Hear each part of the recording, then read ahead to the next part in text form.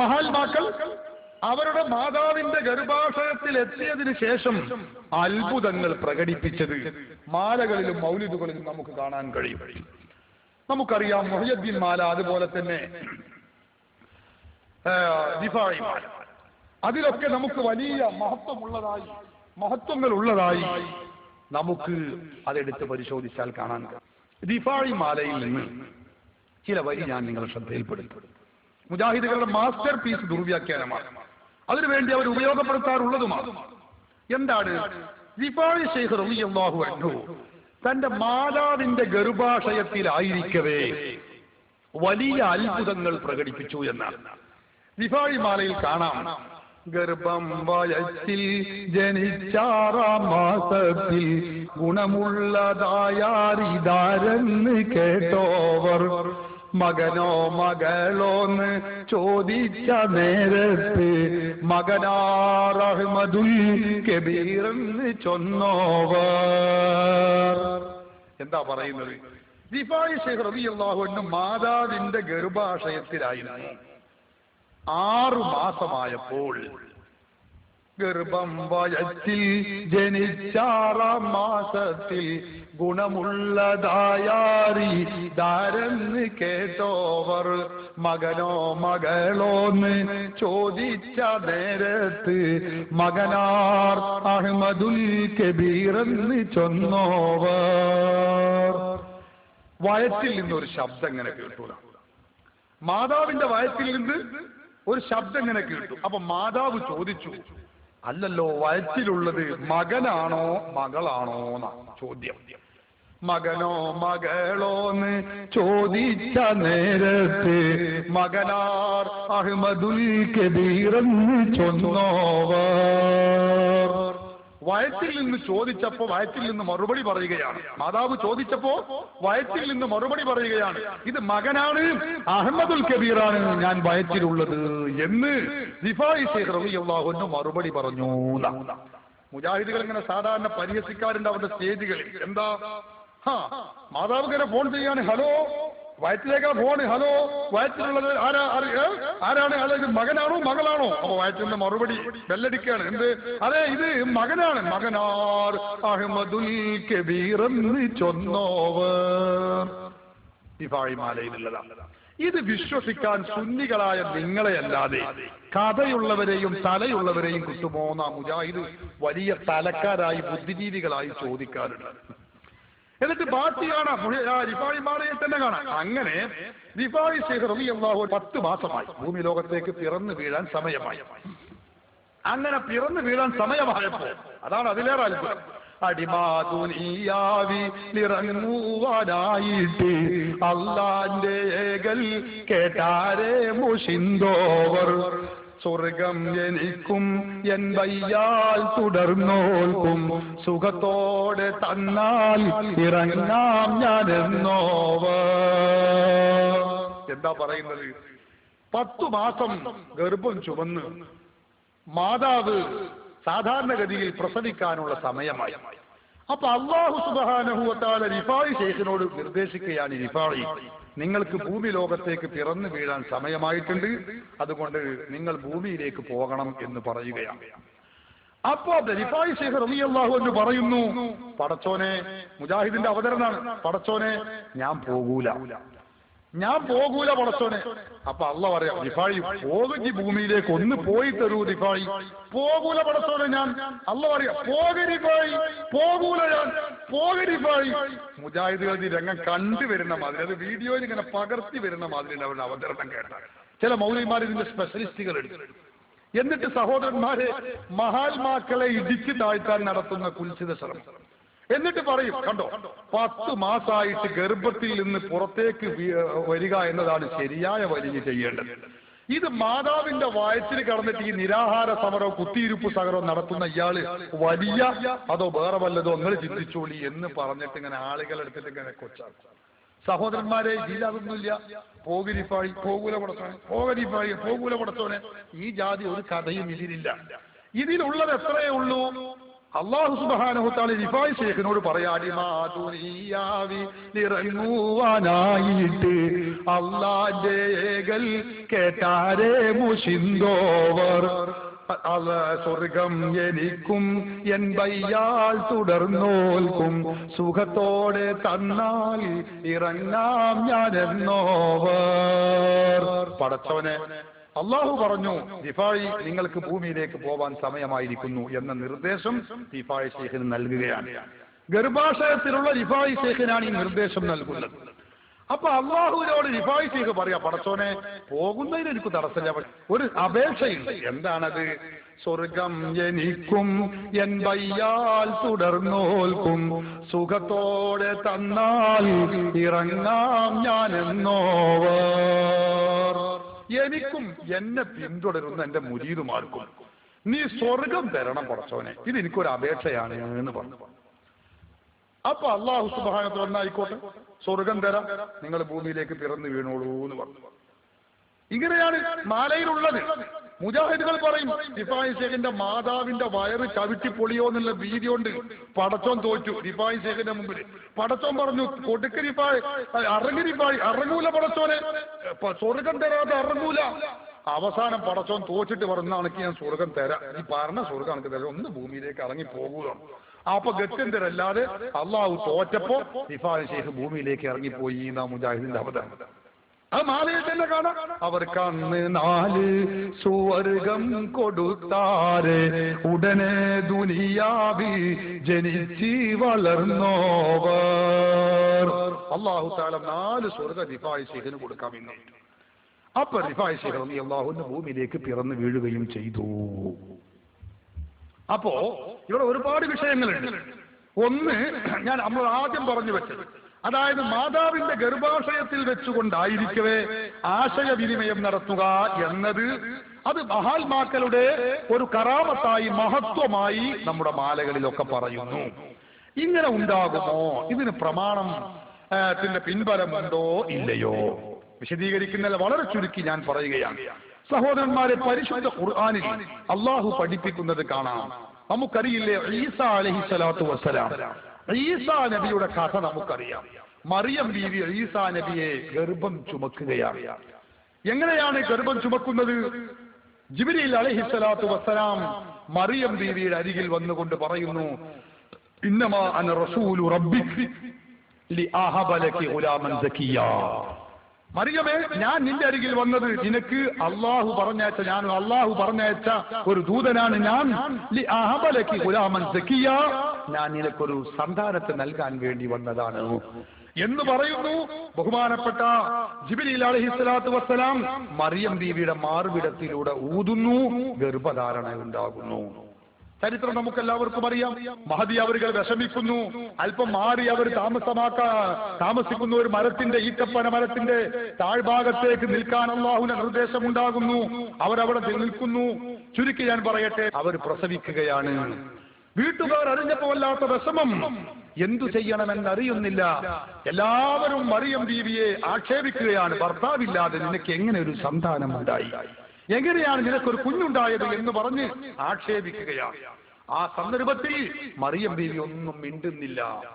എല്ലാം അവർ ആ കുഞ്ഞിലേക്ക് ഇങ്ങനെ ചൂണ്ടുകയാണ്. തൊട്ടിലിൽ കിടക്കുന്ന കുഞ്ഞിലേക്ക് ചൂണ്ടിക്കൊണ്ട് അവനോട് ചോദിച്ചോളൂ എന്ന അർത്ഥത്തിൽ മറിയം ബീവി ആ ഈസാ എന്ന് പറയുന്ന തൊട്ടിലിൽ കിടക്കുന്ന കുഞ്ഞിനെ ചൂണ്ടിക്കാണിച്ചു കൊടുക്കുകയാണ്. ആ സന്ദർഭത്തിൽ ബഹുമാനപ്പെട്ട ഈസാ നബി അലൈഹിസ്സലാത്തു വസ്സലാം തൊട്ടിലിൽ കിടന്നുകൊണ്ട് പ്രൗഢോജ്വല പ്രഭാഷണം നടത്തുകയാണ്. അല്ലാഹുവിന്റെ ഖുർആൻ പഠിപ്പിക്കുന്നു, ഖാല ഇന്നി അബ്ദുല്ലാഹ് ആതാനിയൽ കിതാബ വജഅലനി നബിയ്യാ വജഅലനി മുബാറകൻ ഐനമാ കുന്തു വഔസാനി ബിസ്സലാത്തി വസ്സകാത്തി മാ ദുംതു ഹയ്യാ വബർറൻ ബിവാലിദതി വലം യജ്അൽനി ജബ്ബാറൻ ശഖിയ്യാ വസ്സലാമു അലയ്യ യൗമ വുലിദതു വയൗമ അമൂതു വയൗമ ഉബ്അതു ഹയ്യാ. സൂറത്തു മറിയമിൽ അല്ലാഹു ഈ വചനങ്ങൾ നമ്മെ പഠിപ്പിച്ചത് കാണാം. ബഹുമാനപ്പെട്ട ഈസാ നബി അലൈഹിസ്സലാത്തു വസ്സലാം തൊട്ടിലിൽ കിടന്നുകൊണ്ട് പ്രസംഗിക്കുകയാണ്. എന്താ പറയുന്നത്? ചെറിയ പിഞ്ചു ചോര പൈതൽ, ആല ഇന്നീ അബ്ദുല്ലാഹ്, ഞാൻ അല്ലാഹുവിന്റെ അടിമയാണ്. ആതാനിയൽ കിതാബ, എന്റെ ഗ്രന്ഥമായ ഇൻജീൽ എന്ന ഗ്രന്ഥം എനിക്ക് അല്ലാഹു നൽകി കഴിഞ്ഞിരിക്കുന്നു. നോക്കൂ നിങ്ങൾ, എന്റെ ഗ്രന്ഥമായ ഇൻജീൽ അല്ലാഹു എനിക്ക് നൽകി കഴിഞ്ഞിരിക്കുന്നു. വജഅലനീ നബിയ്യാ, എന്നെ അല്ലാഹു നബിയാക്കുകയും ചെയ്തിരിക്കുന്നു. നുബുവത്ത് എനിക്ക് അല്ലാഹു നൽകിയിരിക്കുന്നു. വജഅലനീ മുബാറക്കൻ ഐനമാ കുന്തു, ഞാൻ എവിടെയാണോ അവിടെയൊക്കെ ബറക്കത്തുള്ളതായി അല്ലാഹു എന്നെ ആക്കുകയും ചെയ്തിരിക്കുന്നു.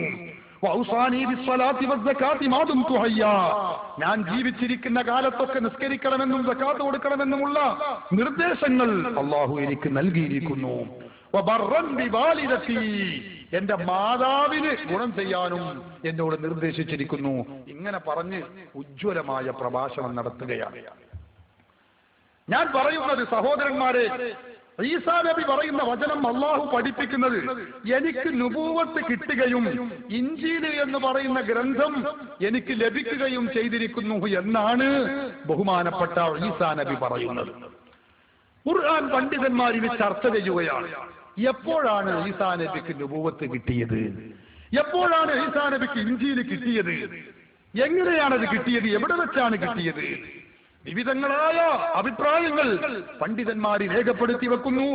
ഇമാം റാസി പറയുന്നത് കാണാം, മറ്റൊട്ടനേകം പണ്ഡിതന്മാർ അത് ഭൂമി ലോകത്തേക്ക് പിറന്നു വീഴുന്നതിന്റെ മുമ്പ്, മാതാവിന്റെ ഗർഭാശയത്തിൽ വെച്ചും അല്ലെങ്കിൽ അതിനു മുമ്പുമായി അല്ലാഹു ഇൻജീൽ എന്ന ഗ്രന്ഥം നൽകി അവർക്ക് നുബൂവത്ത് നൽകിയതാകുന്നു. നോക്കൂ നിങ്ങൾ, മാതാവിന്റെ ഗർഭാശയത്തിലേക്ക് അല്ലാഹുവിന്റെ സന്ദേശം വരുന്നു. ഗർഭാശയത്തിൽ വെച്ചുകൊണ്ട് അവർക്ക് ആശയവിനിമയം നടത്താൻ കഴിയുന്നു. മാത്രമല്ല, അനസ് റളിയല്ലാഹു അൻഹുവിൽ നിന്ന് ഉദ്ധരിക്കുന്ന ഹദീസിൽ കാണാം, ഇമാം ഇബ്നു അബി ഹാത്തിം ഉദ്ധരിക്കുന്ന ഹദീസിൽ ഈസാ നബി അലൈഹിസ്സലാത്തു വസ്സലാമിന്റെ സ്വഭാവം പറയുകയാണ്. കാന ഈസാ ഖദ് ദറസൽ ഇൻജീല വഅഹ്കമഹു ഫീ ബത്നി ഉമ്മിഹി. ഈസാ നബി മാതാവിന്റെ ഗർഭാശയത്തിൽ വെച്ചുകൊണ്ട് തന്റെ ഇൻജീൽ എന്ന ഗ്രന്ഥം പഠിക്കുകയും വായിക്കുകയും പഠിക്കുകയും അതിലുള്ള ആശയങ്ങൾ സഹോദരങ്ങളെ ഉറപ്പിക്കുകയും ചെയ്തിരുന്നു എന്നാണ്. എവിടെ വെച്ച്? ഫീ ബത്നി ഉമ്മിഹി, ഉമ്മാന്റെ ഗർഭാശയത്തിൽ വെച്ചുകൊണ്ട്. അപ്പൊ മഹാത്മാക്കളായ ആളുകളാവുമ്പോ ഗർഭാശയത്തിൽ വെച്ച് ചെയ്യാൻ പലതും കഴിയും. നമുക്ക് കഴിയുന്നില്ല എന്ന് കരുതി നമ്മൾ മഹാത്മാവല്ല.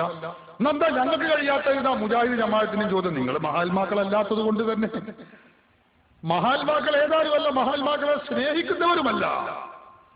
ഈസാ നബി അലൈഹിസ്സലാത്തു വസ്സലാം തന്റെ മാതാവിന്റെ ഗർഭാശയത്തിൽ വെച്ചുകൊണ്ട് ഇൻജീൽ എന്ന ഗ്രന്ഥം പഠിക്കുകയും അതിലുള്ള നിയമങ്ങൾ സുദൃഢമാക്കുകയും ചെയ്യുന്നു. ഫദാലിക ഖൗലുഹു ഇന്നി അബ്ദുല്ലാഹി അതാനിയൽ കിതാബ്, ഖുർആനിൽ പറഞ്ഞ അതാനിയൽ കിതാബ വജഅലനി നബിയ്യാ എന്ന് അല്ലാഹു പഠിപ്പിച്ച ആ ആയത്തിന്റെ വ്യാഖ്യാനം, വിശദീകരണം ഇതാകുന്നു എന്നാണ് അനസ് റളിയല്ലാഹു അൻഹു എന്ന സ്വഹാബിയിൽ നിന്ന് ഉദ്ധരിക്കപ്പെടുന്ന ഹദീസിൽ കാണാൻ കഴിയുന്നത്.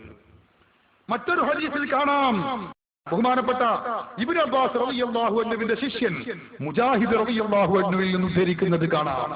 മഹാൻ പറയുന്നു, ഖാലത്ത് മറിയമു, മറിയം ബീവി പറയുകയാണ്.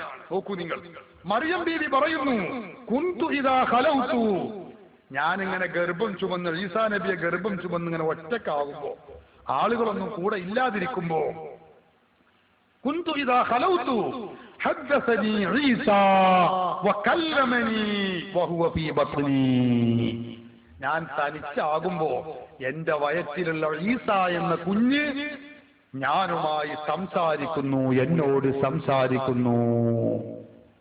സഹോദരന്മാരെ, നിങ്ങൾ ചിന്തിച്ചു നോക്കൂ.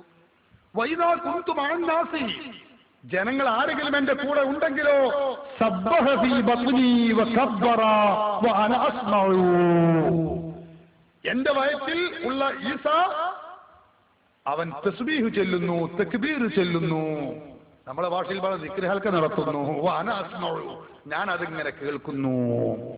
ഒറ്റക്കാണെങ്കിലോ, കുന്തു ഇദാ ഖലൗതു ഹദ്ദസനി ഈസാ വഹുവ ഫീ ബത്നി, തനിച്ചാകുമ്പോ ഞാനുമായി സംസാരിക്കുന്നു, ഞാൻ എന്റെ വയറ്റിലുള്ള കുഞ്ഞിനോട് സംസാരിക്കുന്നു. അവൻ മറുപടി പറയുന്നു. മകനോ മകളോന്ന് ചോദിച്ച നേരത്ത് മകനാർ അഹ്മദുൽ കബീറെന്ന് ചൊന്നോവ. മാലയിൽ പറഞ്ഞല്ലോ, വയറ്റിലുള്ള അഹ്മദുൽ കബീർ റിഫായിയോട് അവരുടെ മാതാവ് ചോദിച്ചു, ഇതാരാണ്, മകനാണോ മകളാണോ എന്ന് ചോദിച്ചപ്പോ മകനാണ്, അഹ്മദുൽ കബീറാണ് എന്ന് മറുപടി പറഞ്ഞു എന്ന് സഹോദരന്മാരെ നമ്മൾ മാലയിൽ പറയുന്നതിന് പ്രമാണങ്ങളുടെ തെളിവുകളുണ്ട്. മഹാത്മാക്കളാണെങ്കിൽ അവർക്ക് ഇതിനൊക്കെ കഴിയും. ഈസാ നബി അലൈഹി സ്വലാത്തു വസ്സലാം തന്റെ ഗർഭാശയത്തിലായിരിക്കവേ തന്റെ മാതാവിനോട് സംസാരിക്കുന്നു. അതുകൊണ്ട് തന്നെ ഗർഭാശയത്തിൽ വെച്ചുകൊണ്ട് ആശയവിനിമയം നടത്താനോ ഇനി അള്ളാഹുവിനോട് സ്വർഗം ചോദിക്കാനോ ഇതൊന്നും ഒരു പ്രശ്നമില്ല. അവർക്കതിന് കഴിയും. അതാണ് നമ്മൾ ഇറങ്ങുവാനായിട്ട് അള്ളാന്റെ ഏകൽ കേട്ടാരേ മുഷിന്തോവർ. സ്വർഗം എനിക്കും എൻ വയ്യാൽ തുടർന്നോൽക്കും സുഖത്തോടെ തന്നാൽ ഇറങ്ങാം ഞാനെന്നോവർ. അല്ലാഹു സുബ്ഹാനഹു വ തആലയോട് ഗർഭാശയത്തിൽ വെച്ച് റിഫായി ശൈഖ് റളിയല്ലാഹു അൻഹു സ്വർഗം ചോദിക്കുകയാണ്. അള്ളാഹു നൽകാമെന്ന് പറയുന്നു. അവർക്കന്ന് 4 സുവർഗം കൊടുത്താരെ ഉടനെ ദുനിയാവിൽ ജനിച്ച് വളർന്നോവർ. അല്ലാഹു സുബ്ഹാനഹു വ തആല റിഫായി ശൈഖ് റളിയല്ലാഹു അൻഹുവിന് 4 സ്വർഗം നൽകുന്നു. ഉടനെ ബഹുമാനപ്പെട്ടവർ അതാ ഭൂമി ലോകത്തേക്ക് പിറന്ന് വീഴുകയും ചെയ്യുന്നു. ഇവിടെ മുജാഹിദുകൾ സാധാരണ ചോദിക്കും, റിഫായി ശൈഖിന് തന്നെ 4 സ്വർഗം കൊടുത്ത ആകെ 8 സ്വർഗമാണെന്ന് കേൾക്കുന്നു. എന്നാ പിന്നെ 4 സ്വർഗം റിഫായി ശൈഖിനെ കൊടുത്ത ബാക്കിയുള്ളവർക്ക് സഹോദരന്മാരെ, ബാക്കിയുള്ളവർക്ക് എങ്ങനെ പിന്നെ 4 സ്വർഗം ലോകത്തുള്ളവർക്ക് എല്ലാവർക്കും കൂടി 4 സ്വർഗം മതിയോ? ഇത് വല്ലാത്തൊരു വഞ്ചനയല്ലേ എന്ന് മുജാഹിദുകൾ ചോദിക്കാറുണ്ട്. ഓർക്കണേ നിങ്ങൾ, അതിലൊരു പന്തികേടുമില്ല. പരിശുദ്ധ ഖുർആൻ തന്നെ പഠിപ്പിച്ചതാണ്. അതാണ് നമ്മൾ പറയുന്നത്, മുജാഹിദുകൾ സാധാരണഗതിയിൽ ഖുർആനും സുന്നത്തും മുറുകെ പിടിക്കാറെയുള്ളത്, മറിച്ചു നോക്കാറില്ല. അള്ളാഹുവിന്റെ ഖുർആനിൽ പടച്ചവൻ തന്നെ പഠിപ്പിച്ചത് കാണാം. വലിമൻ ഖാഫ മഖാമ റബ്ബിഹി ജന്നതാൻ. അള്ളാഹുവിനെ ഭയപ്പെടുന്നവർക്ക് 2 സ്വർഗമുണ്ട്, 2 പൂന്തോപ്പുണ്ട്, 2 ജന്നത്തുണ്ട്, 2 സ്വർഗമുണ്ട്, 2 തോപ്പുണ്ട്. സഹോദരന്മാരെ, 2 എണ്ണം അള്ളാഹിനെ ഭയപ്പെടുന്നവർക്ക് തന്നെ ഉണ്ട്. എന്നിട്ട് അല്ലാഹു പറയുന്നു, വമിൻ ദൂനിഹിമാ ജന്നതാൻ. അല്ലാഹുവിനെ ഭയപ്പെടുന്നവർക്ക് 2 സ്വർഗമുണ്ട് എന്ന് പറഞ്ഞതിന് ശേഷം അല്ലാഹു തന്നെ പറയുന്നു, വമിൻ ദൂനിഹിമാ ജന്നതാൻ. അതിനെ കൂടാതെ വേറെ 2 എണ്ണം അതും അല്ലാഹു നൽകും. 2 4. അവർക്കന്ന് 4 സ്വർഗം കൊടുത്താരെ ഉടനെ ദുനിയാവിൽ ജനിച്ച് വളർന്നോവർ. നോക്കൂ നിങ്ങൾ, അപ്പൊ 4 സ്വർഗം മഹാത്മാക്കൾക്ക് റിഫായി ശൈഖിന് നൽകി എന്ന് പറയുന്നത് ഒരു വന്തികേടുമില്ല. അത് അള്ളാഹുവിന്റെ ഖുർആൻ പഠിപ്പിച്ചതാകുന്നു. അതനുസരിച്ച് തന്നെയാണ് നമ്മുടെ മാലയിലുള്ളത്. ആ മാലയിലുള്ള ആശയങ്ങൾ മുഴുവനും ശരിയാണ്.